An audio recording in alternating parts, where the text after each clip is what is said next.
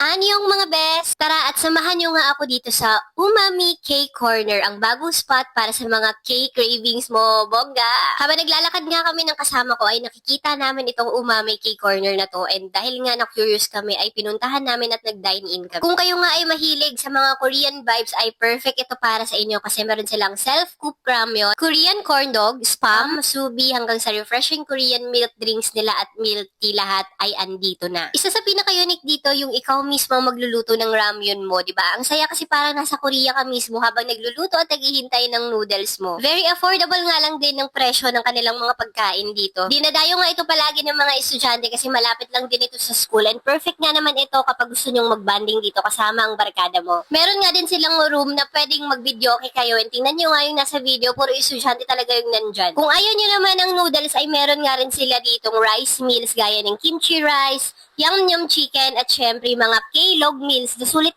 sa presyo. Grabe, yung in-order nga namin dito, halos hindi na kami makatayo sa kabusugan. Masarap at sulit talaga siyang puntahan. Kaya naman kung gusto nyo ng masarap, mura at cake cravings approved na kainan ay itry nyo na dito sa Umami Cake Corner na masarap na, Instagrammable pa at sulit talaga.